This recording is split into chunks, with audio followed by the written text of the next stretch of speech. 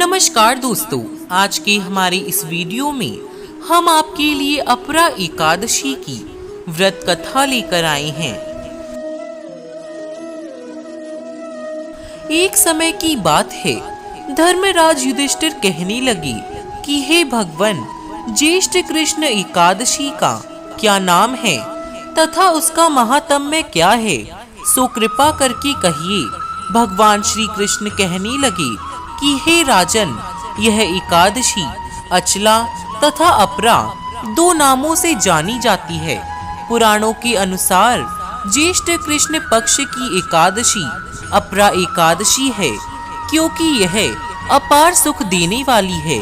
जो मनुष्य इस व्रत को करते हैं वे संसार में प्रसिद्ध हो जाते हैं। इस दिन भगवान त्रिविक्रम की पूजा की जाती है।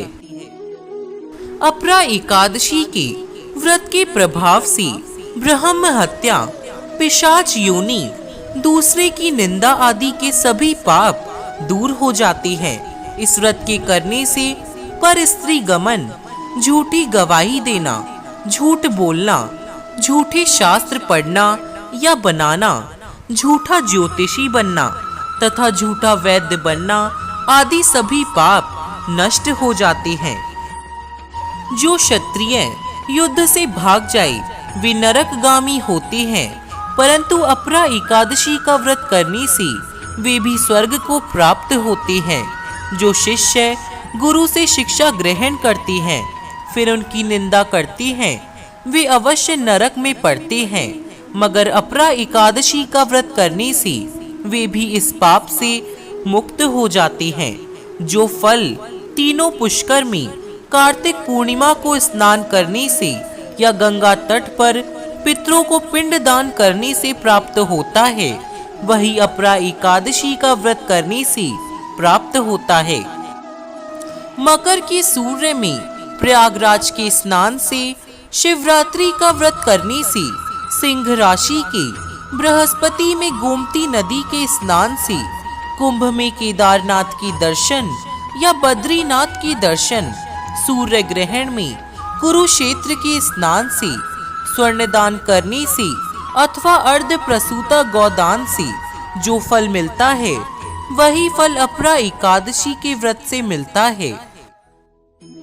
यह व्रत पाप रूपी वृक्ष को काटने के लिए कुल्हाड़ी है, पाप रूपी ईंधन को जलाने के लिए अग्नि, पाप रूपी अंधकार को मिटाने के लिए सूर्य के समान है, मृगों को मारने के लिए सिंह के समान है।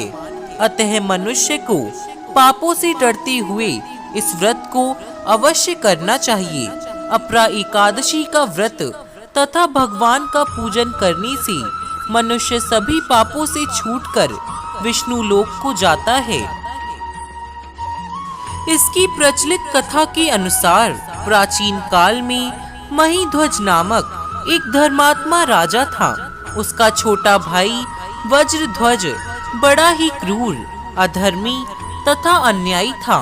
वह अपने बड़े भाई से द्वेष रखता था। उस पापी ने एक दिन रात्रि में अपने बड़े भाई की हत्या करके उसकी देह को एक जंगली पीपल के नीचे गाड़ दिया। इस अकाल मृत्यु से राजा प्रेत आत्मा के रूप में उसी पीपल पर रहने लगा और अनेक उत्पात करने लगा। एक दिन अचानक धौम्य नामक ऋषि उधर से गुजरे। उन्होंने प्रेत को देखा और तपोबल से उसके अतीत को जान लिया। ऋषि ने प्रसन्न होकर उस प्रेत को पीपल के पेड़ से उतारा तथा परलोक विद्या का उपदेश दिया।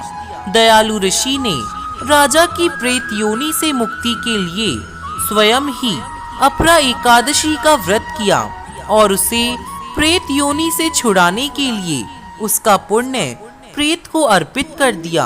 इस पुण्य के प्रभाव से राजा की प्रेत योनि से मुक्ति हो गई। वह ऋषि को धन्यवाद देता हुआ दिव्य देह धारण कर पुष्पक विमान में बैठकर स्वर्ग को चला गया। हे राजन, यह अपरा एकादशी की कथा मैंने लोकहित के लिए कही है। इसे पढ़ने अथवा सुनने से मनुष्य के सभी पाप छूट जाते हैं। तो दोस्तों, कैसी लगी आप सभी को आज की हमारी यह कहानी? हमें कमेंट बॉक्स में लिखकर जरूर बताइएगा। जय श्री हरि विष्णु।